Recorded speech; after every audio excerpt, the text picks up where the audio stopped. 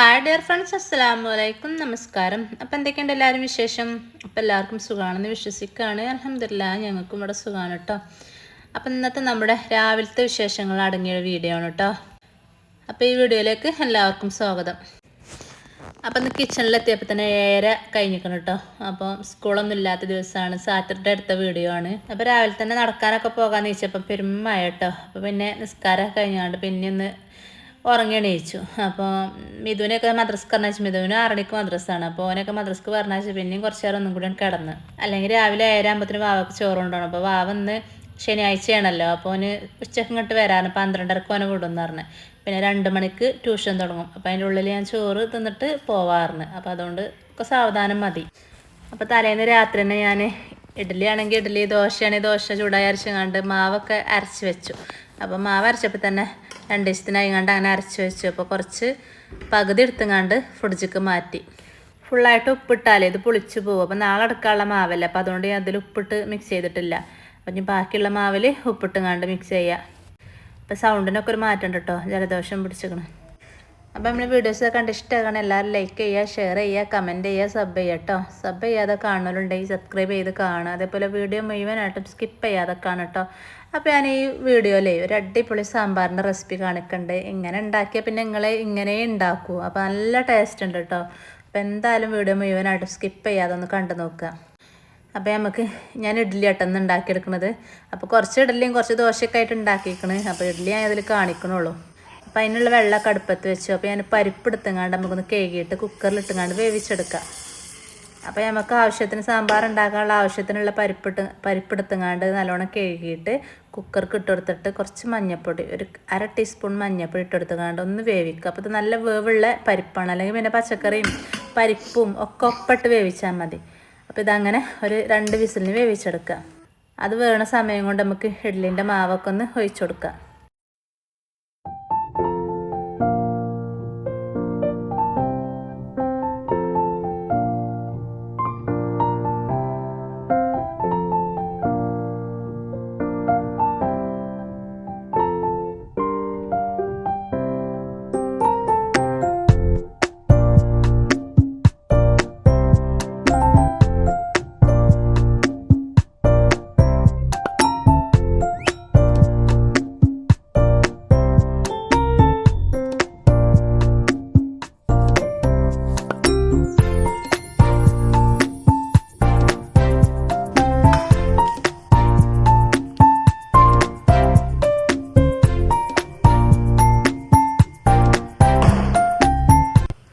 അങ്ങനെ പരിപ്പ് വേവിക്കാൻ വെച്ചു. അതേപോലെ ഇഡ്ഡലിൻ്റെ മാവും തട്ടിൽ ഒഴിച്ചുകൊണ്ട് അതും വേവിക്കാൻ വെച്ചു കേട്ടോ. അപ്പോൾ ഞാനത് വെണ്ടക്ക അതിന്നാണ് മാറ്റിയെടുക്കേണ്ടത്. വെണ്ടക്ക ലാസ്റ്റാണ് ഇട്ട് കൊടുക്കണത്. പച്ചക്കറി ആയിട്ട് തക്കാളിയും കിഴങ്ങും അതേപോലെ സവാള 2 എടുത്തേക്കണ്. ചെറിയൊരു വെള്ളരിക്കൻ്റെ പീസ് ഉണ്ടായിന്, അതും എടുത്തേക്കണം. അതന്നെ ഉള്ളൂ കേട്ടോ പച്ചക്കറി. അതൊക്കെ ഒന്ന് തൊലി കളഞ്ഞിട്ടെടുക്കുക.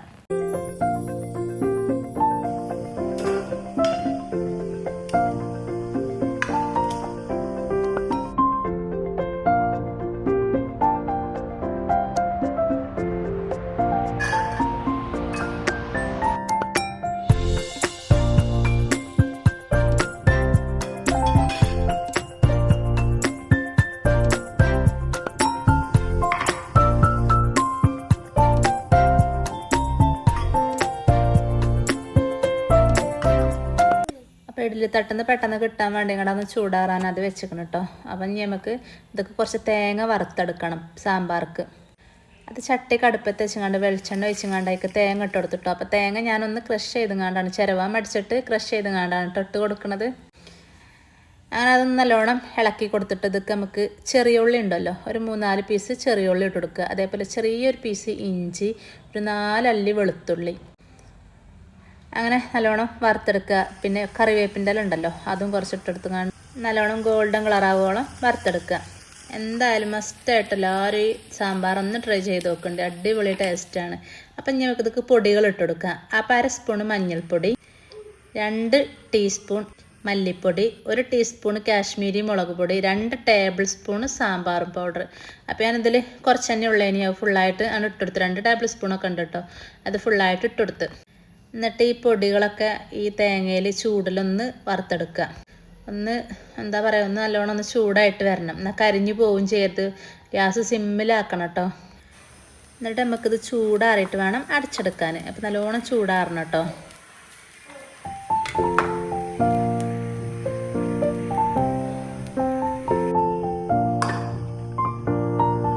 അപ്പോൾ കഷ്ണങ്ങളൊക്കെ നല്ലോണം ക്ലീൻ ചെയ്തിട്ട് ഞാൻ കട്ട് ചെയ്ത് വെച്ചിക്കണ്. വെണ്ടക്കട മാറ്റി വെച്ചിക്കണം കേട്ടോ. തക്കാളി ഞാൻ അതിൻ്റെ കൂട്ടത്തിൽ ഇട്ട് കൊടുത്തിക്കണം. എനിക്ക് തക്കാളി നല്ലോണം ഉടയണം. അതിങ്ങനെ വെണ്ടക്കൻ്റെ ഒപ്പിട്ട് കൊടുത്താൽ ഇങ്ങനെ ഉടയാതെ കിടക്കുമല്ലോ, ഇഷ്ടമല്ല. അപ്പോൾ തക്കാളി ഞാൻ നമ്മളെ പച്ചക്കറി ഇട്ട് കൊടുക്കണം ആ കൂട്ടത്തിൽ തന്നെ ഇട്ട് കൊടുക്കും. പിന്നെ പാകത്തിന് ഉപ്പ് ഇട്ട് കൊടുത്തുകൊണ്ട് ഒരു 2 വിസിൽ നമുക്ക് വേവിച്ചെടുക്കുക.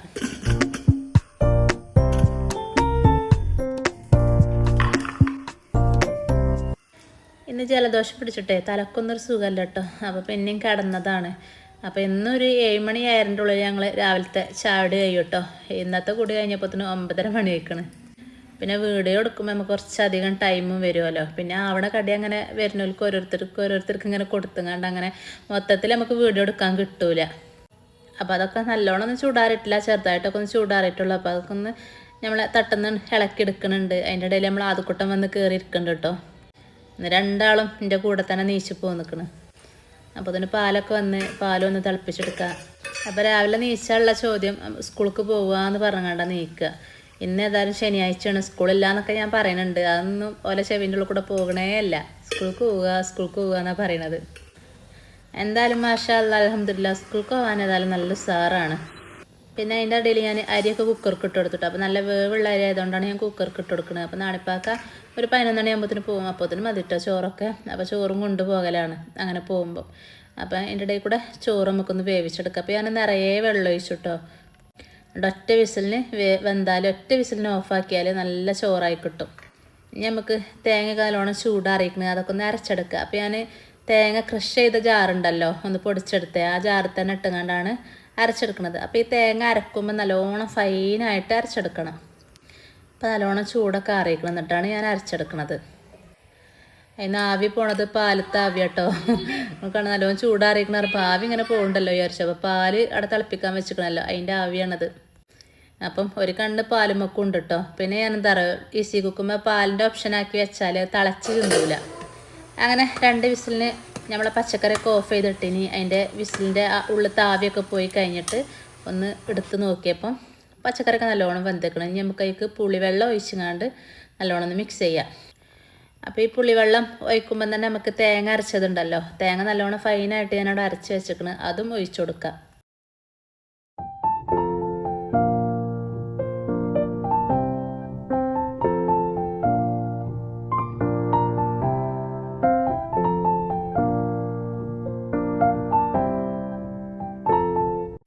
അങ്ങനെ തേങ്ങ ഒഴിച്ചെടുത്തേക്ക് നമുക്ക് വെണ്ടക്ക കട്ട് ചെയ്ത് അത് ഇട്ട് കൊടുക്കുക. അതിന് ആ വഴുവഴുപ്പുണ്ടല്ലോ അതൊന്നും ഉണ്ടാവില്ല കേട്ടോ. എണ്ണയിൽ വാട്ടിയെടുക്കൊന്നും വേണ്ട, അങ്ങനെ തന്നെ ഇട്ട് കൊടുക്കുക. ഈ ചൂടൽ കടന്നുങ്ങാണ്ട് നമ്മളെ തിളക്കുമ്പം നമ്മളെ വെണ്ടയ്ക്കും പോകും. അപ്പോൾ ഉപ്പൊക്കെ നോക്കിയാൽ ഉപ്പ് കുറച്ച് കമ്മിയാണ്. അപ്പോൾ പിന്നെ ഞാൻ ഉപ്പൊക്കെ ഒന്ന് ഇട്ടെടുത്തു. ഇനി നമുക്കിത് വറവിട്ടെടുക്കണം. അപ്പോൾ വേറെ അടുപ്പത്ത് ചട്ടിയൊക്കെ അടുപ്പത്ത് വെച്ചു, വെളിച്ചെണ്ണയൊക്കെ ഒഴിച്ചു കൊടുത്തു കേട്ടോ. വെളിച്ചെണ്ണയാണ് ഒഴിച്ചു കൊടുത്തത്. പിന്നെ കടുകും ഉലുവയും നമ്മുടെ വറ്റൽമുളകും കറിവേപ്പിൻ്റെ ഇലയും അതേപോലെ നല്ല ജീരകം ഉണ്ടല്ലോ, ചെറിയ ജീരകം, അതും ഇട്ട് കൊടുത്തേക്കണം. അതൊക്കെ ഒന്ന് പൊട്ടി വരുമ്പോൾ നമുക്ക് കായപ്പൊടി ഉണ്ടല്ലോ, കായപ്പൊടി എന്തായാലും ഇട്ടെടുക്കണം. എണ്ണയൊക്കെ ഇട്ടോ, അതും കൂടി ഇട്ടെടുക്കുമ്പോഴാണ് ഒന്നും കൂടി ടേസ്റ്റ് ഉണ്ടാവുക. അതേപോലെ സാമ്പാർ പൊടി ഉണ്ടല്ലോ, അതുണ്ടെങ്കിൽ ഈ എണ്ണയൊക്കെ ഒരു സ്പൂൺ ഇട്ടെടുക്കുക. അതിൻ്റെ കയ്യിൽ ഫുള്ളായിട്ട് ഞാനൊക്കെ ഇട്ടെടുത്തിന്, അതുകൊണ്ടില്ല. അതും കൂടി ഇട്ടെടുക്കുമ്പോൾ ഒന്നും കൂടി ഒരു പ്രത്യേക ടേസ്റ്റ് ആയിക്കാരം.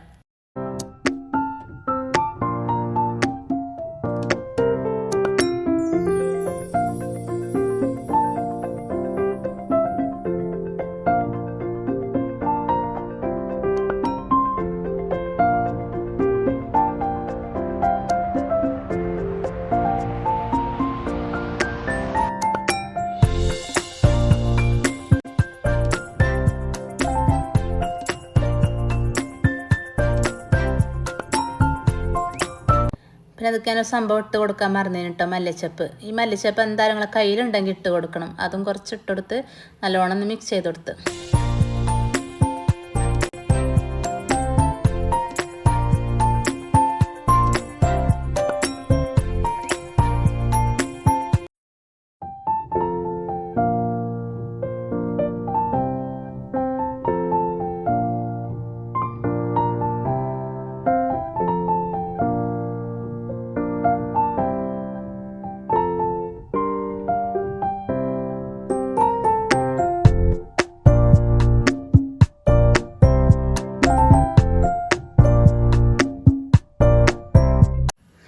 അപ്പം ഇന്നത്തെ രാവിലത്തെ വിശേഷങ്ങൾ എങ്ങനെയൊക്കെയാണ് കേട്ടോ. അപ്പം ഇനി നമുക്ക് മറ്റൊരു പുതിയ വീഡിയോ ആയിട്ട് വീണ്ടും കാണുന്നത് വരേക്കും അസ്സലാമു അലൈക്കും.